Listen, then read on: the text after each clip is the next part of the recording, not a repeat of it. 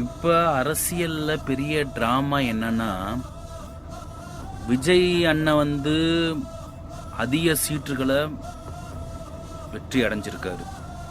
இப்போ மெஜாரிட்டியா 118 இல்லைன்னு பல பேர் பேசிக்கிட்டு இருக்காங்க. இந்திய அரசமைப்பு சட்டத்தின்படி மக்களுடைய அதிக ஆதரவுகளை பெற்ற கட்சி தான் முதல்ல ஆட்சி அமைக்கணும்ன்றதுதான். இதுதான் ஜனநாயக மரபு. இது எல்லாருக்கும் தெரியுமே. அதுக்கு பெரிய உதாரணம் என்னன்னு அதுவும் எல்லாருக்கும் தெரியும். எஸ்ஆர் பொம்மையனோட வழக்கு.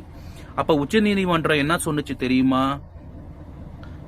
மக்களுடைய ஆதரவு பெற்று மெஜாரிட்டியா இருக்கிற கட்சி தான் ஆட்சி அமைக்கணும். இதுல ஆளுநருடைய முடிவு அவசியம் இல்லை அப்படின்னு தான் சொல்லி இருந்துச்சு. ஓகேவா? இப்ப ஆளுநர் முடிவு எடுக்கிற இந்த சமயத்துல எதிர்கட்சியா இருக்க வேண்டியவங்க இப்ப என்ன பண்றாங்க? கூட்டமைக்கிறாங்க. இப்ப இந்த கூட்டமைச்சு டிவிகேவை ஆட்சி அமைக்காம தடுக்கிறது மக்களுடைய தீர்ப்புக்கு எதிராக செயல்படுற மாதிரி. இப்ப இவங்க பிரஸ் மீட்டிங்ல கேட்கும்போது நீங்க எப்படி நினைக்கிறீங்க, டிவிகே கட்சி ஜெயிச்சதை நினைச்சு நீங்க என்ன நினைக்கிறீங்க அப்படி கேட்டப்ப என்ன சொன்னாங்க?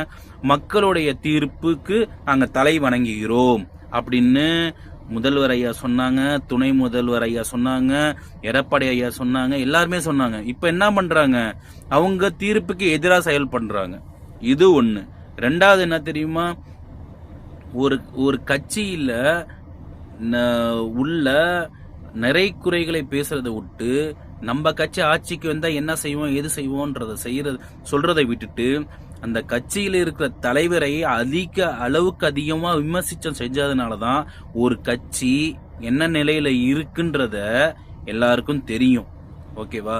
அதனால நான் கடைசியா ஒன்னு சொல்றது என்னன்னா, அரசியல் எதிரியா இருக்கலாம், ஆனா ஒரு நம்ம மக்களுடைய தீர்ப்புக்கு எதிராக இருக்கக்கூடாது. அப்படி இருந்தா என்ன ஆகும்ன்றத பாராளுமன்ற எலெக்ஷன்ல மக்கள் காமிச்சிருவாங்க. அதனால டிவிக்கு ஆட்சி அமைப்பதற்கு என்ன செய்யணுமோ அதை செய்வோம். நன்றி.